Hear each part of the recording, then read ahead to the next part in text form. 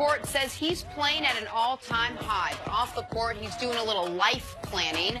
Where is he going to be next year? You know, you got to factor in the schools and the neighborhoods, the corner bodegas. There is a lot to decide on. Reportedly, LeBron James is considering his hometown Cavs, the Lakers, the Rockets out west, and the youthful 76ers as possible destinations next season. Stacey, do you think leaving Cleveland again damages LeBron's legacy, regardless of where he goes? I just think that LeBron is the type of lightning rod that anything he does affects his legacy. And I believe if he leaves Cleveland, people will not take any type of positive out of it because of who he is.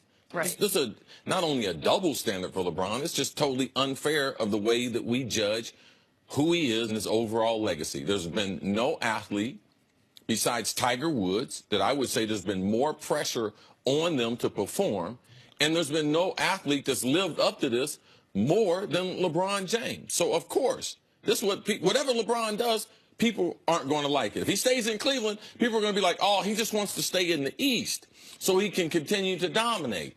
Even if he leaves, if he leaves Cleveland and he goes to Philadelphia, oh, he's giving up on the Cavs. The owner did this and this and this. They're going to criticize that. If he goes to Houston, the Harden thing is real. It's just like Kevin Durant, but on steroids.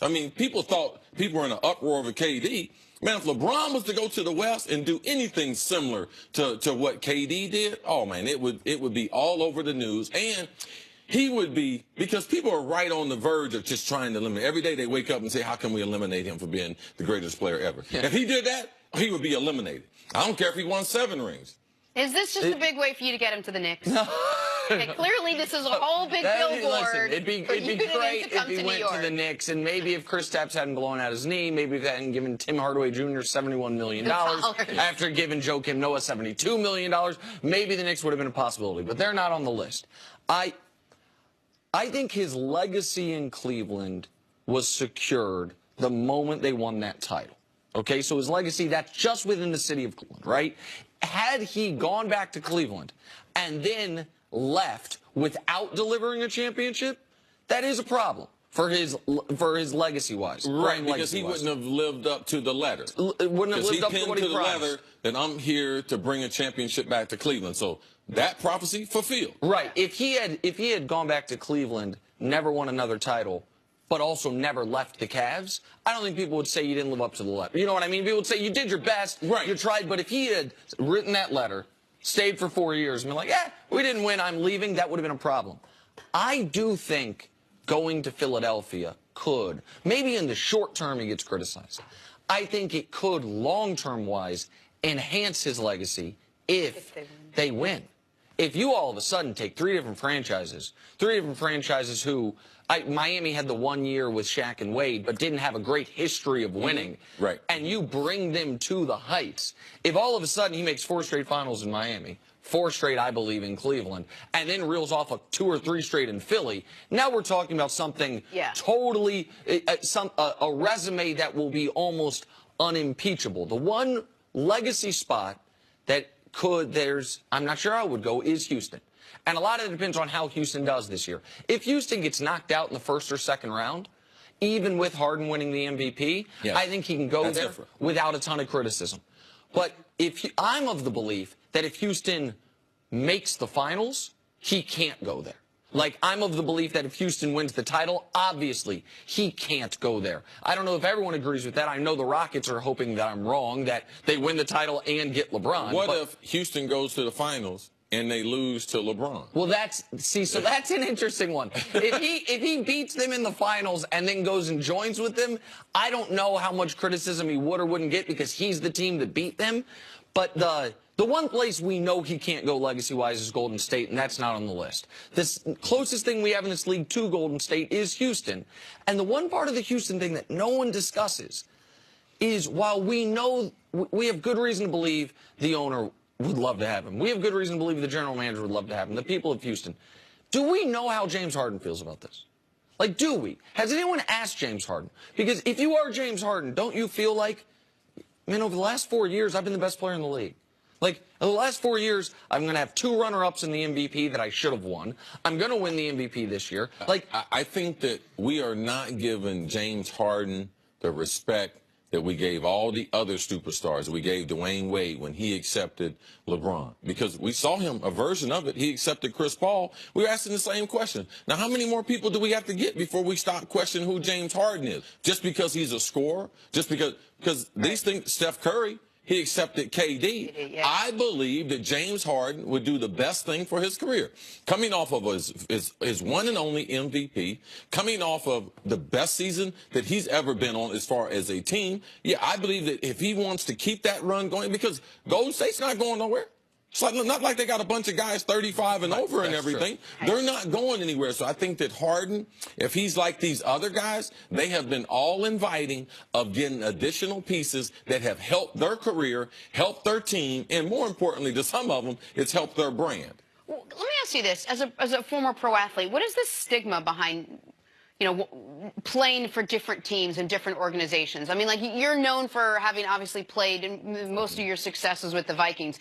Is there a party that wishes you had only played with the Vikings? Like, we see these great athletes, and we wonder if the reputation or legacies is tarnished at all just from going different places. Would Jordan have been better if he only played with Chicago? I mean, talk to me about that. Well, this is the thing. There's certain guys that have played to such a level that, to me, I give them a pass to go and do whatever they want at the end of their career. Michael Jordan was such a dominant player. No, you can't say he had a better career just staying with the Bulls when the Bulls forced him out. He wants to play basketball. He's got to play basketball somewhere. So he decided it wasn't a good look. The shorts and everything didn't look the same. Jordan's shoes don't look the same. The wristband on his left, it didn't look the same. But I'd much rather see Michael Jordan playing than not playing. Jerry Rice, I said the same thing with him in Oakland and other places, Denver, when he tried to win. And this guy has earned the right to be out there. Regardless, everyone's not going to be Derek Jeter. Everyone's not going to be able to do that. So Kobe or Dirk. It's totally unrealistic. And if the athlete wants to play, it warrants sometime picking up and moving to other places. Why do people have an issue with? Why do you think fans have an issue with it? Because fans always do better with someone else's career than they do their own. And they move around and do other things as much as they want to. But that's the thing to do. And when you can't criticize a guy's ability, let's criticize his decision making. Oh man, if I was this guy, I wouldn't leave. LeBron should do, if he's chasing Michael Jordan and that's his goal, he should be trying to put himself in position to win as many championships as possible. But let me defend the fan for a moment here, because I would hate it if LeBron joins Golden State. I know they're not on this list, but I'm taking it to his furthest. Right, if he wants to just win titles, if he wants to elongate his career, if he wants to all of a sudden have a real shot at passing Jordan in rings, that actually makes the most sense for him. He's going to make max money no matter where he goes. I understand all that. But as a fan, because sports, the whole premise is the height of competition. In the sport of all our major sports where individual talent matters the most because there's only 5 guys on the court, I understand why fans, me being one of them, didn't love KD going to Golden State, and why fans would hate the idea of LeBron going to Golden State. Yeah, but their job, if they could move their job and their job was easier and they were still making the same amount of money or more, you know what the fans would do? They would be moving. So they're not realistic when they look at players and what players should do. Here's my response to that, though. I don't think it's realistic to compare regular jobs to pro sports in this specific way. Like, so let's take 2 competitors, Apple and Google. As a consumer, I am not invested in the battle between them. I just want the best products. So if all the best products are from Apple, awesome. If all the best products are from Google, great. I don't really care. As a consumer of sports, I am invested in the competition aspect of it. I am invested in seeing multiple teams in multiple cities having chances to win. And so that is why I get it. Listen, right at the time, the exact time, CC, I was criticizing KD for moving from a smaller market to a bigger market for a better job. Guess what I had just done? I had moved from a smaller market to a bigger market for a better job, a better opportunity. And I know on its face that appears to be hypocritical. I don't think the fans, I don't think like people are like, man, all of a sudden the Houston radio scene's different and now FS1, like that's not how they consume it. And so I don't think it's apples to apples when we talk about how fans live their daily life. Even though I understand your point, fans are all... What reference do fans have as far as telling a pro athlete what they should do? Like, what have they done in their life that would be like, hey, something, you could give me advice on what to do? No, that's fair. So if you're going to say that, then like, how can you help me? No. It's totally fair to say. And the reason why you don't say things to Apple and them is because you know Apple don't care what you say. They're going to release their products, and ain't nothing you can do. You can either buy them or not buy them. You're right that fans do love living other people's lives that they don't know what it's like to live. Like, I don't know what it's like to have lived your life as a pro athlete. I certainly don't know what it's like to be LeBron or Kevin Durant. I do know this though. Yeah, I spent a half a season after retiring. The Dolphins said, we're going to give you $1 million.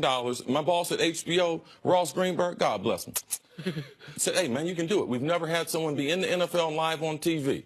Oh, man, come on. Sometimes it's simple. How much money? Let's do that. Yeah. One last Sometimes it's not as complicated. All right, it's a good discussion. Coming up, can the Golden State Warriors win an NBA title without Steph Curry? Do they have to start thinking about that? Next on First Things First. While you were sleeping, America, Steph tweaked his ankle. Well, now you told them they're not going to come back now.